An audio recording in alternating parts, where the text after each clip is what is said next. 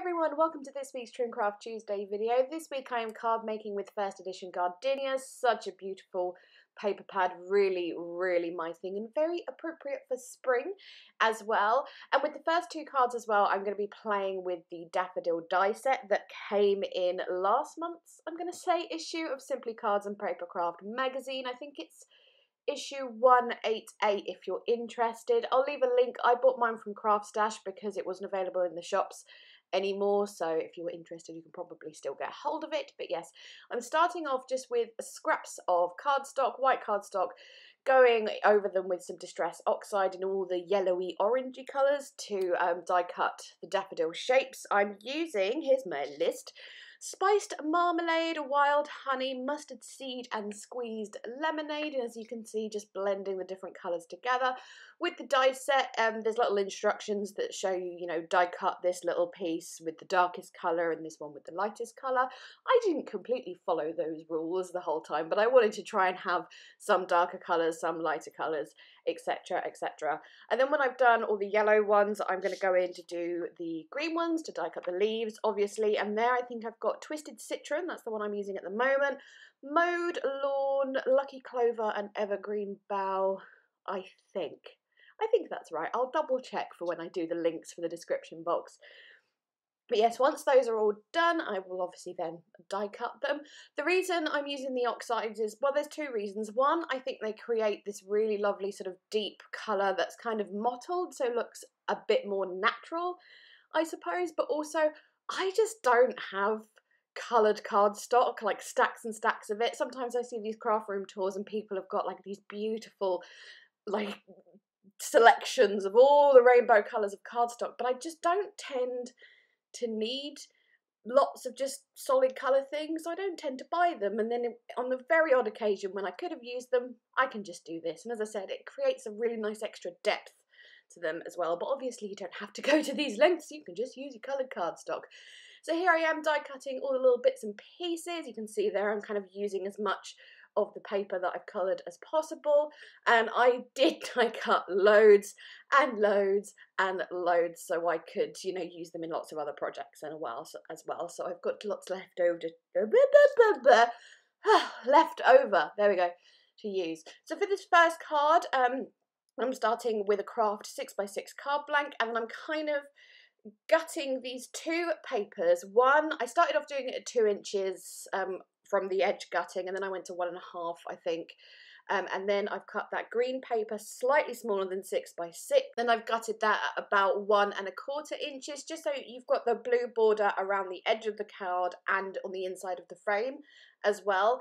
And then I've just used the shape of the cutout bit of that green paper to trace this little piece here, and I'm just going to slap that down there on the card blank there. And then I've also cut out that little frame piece as well, so we've kind of got 3 frames on this card because it's a really simple one. So I just wanted to add quite a few different papers on there, just because it's slightly more interesting that way. And then here I am building up the daffodil die set. So you've got the little leaf, and then you put that little funny leaf shape on top of that one, like so. They are teeny tiny and quite difficult to glue unless you've got one of those proper fine tip glue things, which I have purchased in the past but just don't have much luck with them, it would seem. And I know other people do that thing where they put like glue on their hand and like dip the little die cut on that, but I am not putting glue purposely on my skin. That's not gonna happen. No, absolutely not. Anyways, here I am. I've built up the daffodil there. Just there I was erasing a pencil line because I had marked exactly where the frame would go on top of that, so I put the daffodil in the right place. Then big frame on top, smaller frame going down there, and then I could have put my little frame on the top like that. So we've kind of got these nice layers, and then it all brings you into that daffodil in the center. And then I'm just going to go around that square with Nuvo Drops in, oh, I should have written down the colors and I didn't.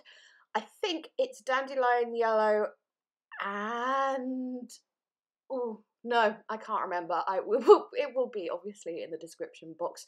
Honestly, I thought I'd been so prepared writing down all the colours of things I'd use, but I forgot about the Nuvo Drops. Anyways, yes, I'm staggering those, just doing them what's the word when you alternate? That's the word I'm looking for. And that card is finished. So this one is another one with the daffodil die pieces here. I'm taking a 5x7 card blank, and I've just cut that paper there, which is one of my absolute favourites from this paper pad. It's the textured green wood grain. I just, yum. And that gingham is another favourite of mine as well. Anyways, I cut that to about 7 by, I'm going to say 4. And then I've cut that little gingham piece to about 2 inches, obviously 7 wide. And then cut that ever so little bit there. So it kind of looks like a little flower pot, I suppose more like a window box kind of thing. That's what I'm going for. And then again, I'm going to take all the little die cut pieces and create just like little flowers to put in my window box. So again, starting with all the little leaves and stuff, then I'm going to put the flowers down on top of that. And then once I've got my flowers on, I'm going to go back and put some leaves on top of that, just so it looks a bit more natural, because obviously in the real world, you don't get all leaves behind and all flowers up in front. But when you see them in nature, they're all leaves and flowers mixed in. So that's what I was going with here.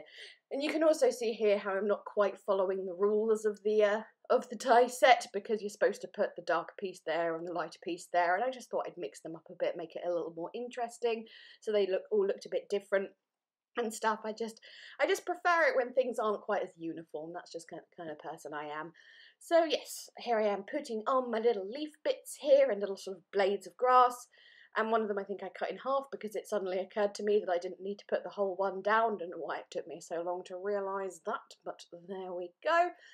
And yes, I feel like I've left too much of this footage in, but I feel like we are nearing to the end of this card soonish at some point. Here we go. So I'm going to put down that little strip there, which is sort of the base of my little window box, I suppose you could call it.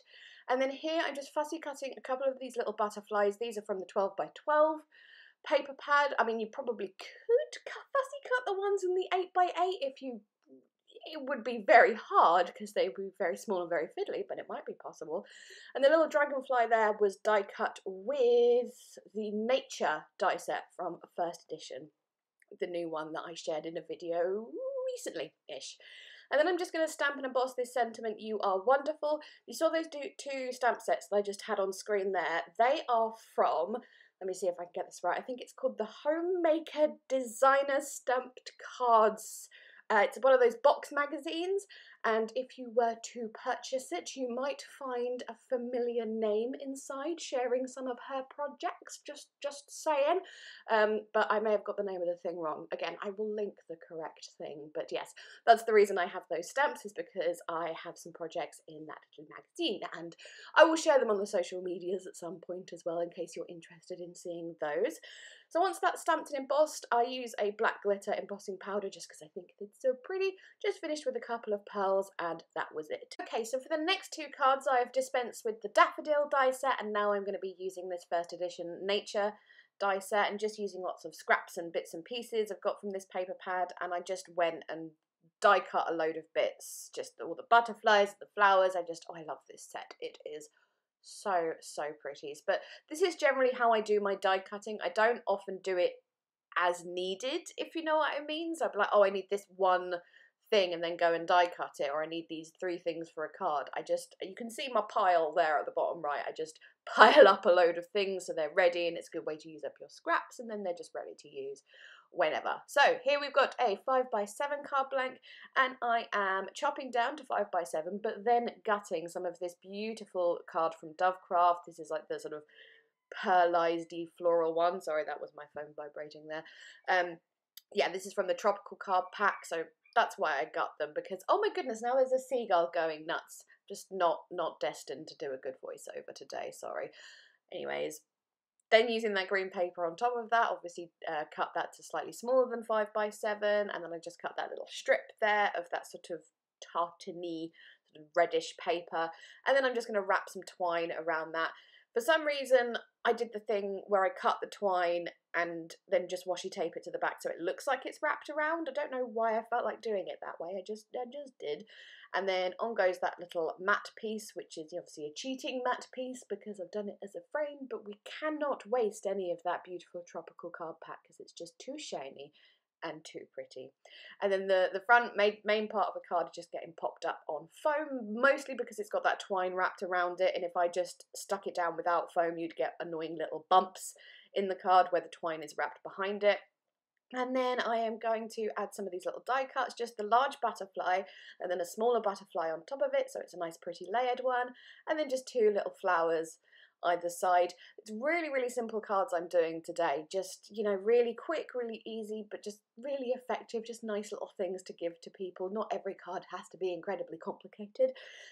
But after I'd done that, I did think it needed a sentiment or something. So I am stamping and embossing, what does it say? To someone special. That is, I don't know where that stamp's from, sorry. But I'm stamping and embossing that just with white, and you can see, look how much that card warps when you heat set the embossing powder. Goodness me. So just a warning for that tropical card, that's what it does. But if you bend it back on itself and then put your heat tool again on it, then it bends back into place. So that's what I do anyways. Just backing that with another nice piece of card to lift it up a bit, and then I've just got a scrap of vellum from my scrap box, and I'm going to put that down there. Now I did lose footage for this card, annoyingly, so you do miss me just putting some Dovecraft Pearl Effects in the centre of the flowers and the centre of the butterfly, but hopefully not too much. Now the last card is just a quick little A6 size one. Again, I've cut down my main part of the card to A6 size, obviously. And then I'm going around the edge of that in Distress Oxide in Age Mahogany. That colour goes with that paper so nicely. It's just perfect. And then wrapping twine around it. Don't ask me why with this card I wrapped the twine around and with the previous card I cut it. I do not have an answer for that. Who knows why I do these things. Anyways, I die cut that little shape there. I don't know what we call those shapes, just like a sentimenty, framey shape. Just die cut that, again using that tropical card. And I spent ages trying to figure out exactly what I wanted to do and tried all these different complicated things with the die cuts, and then I just thought, let's just put some flowers and some leaves on it, just keep it simple, keep it pretty, and that's what I did. Popping all of those on with glue dots, adding the sentiment just for you because the colour matched very nicely, and that is from the V&A collection, the V&A 1 collection that came out about this time last year. And then I'm just adding the centre of the flowers there, like so, because even that tiny little circle comes in that die pack. And then just popping pearls onto every corner there, and then I believe, oh no wait, I do need to stick it to the card blank first, that would help. So to stick it to the card blank, again, I'm using foam. This time I used foam tape to go in between the twine, and then just popping that on there, and that little card is finished. So there we go, 4 cards with First Edition Gardenia. I hope you enjoyed this rather rambly video, if I'm honest. It's been a long day, guys. But anyways, yes, please leave me a thumbs up if you enjoyed. Of course, all the links will be in the description box. And yes, I think that's all I have to say. Thank you so much again. Bye-bye!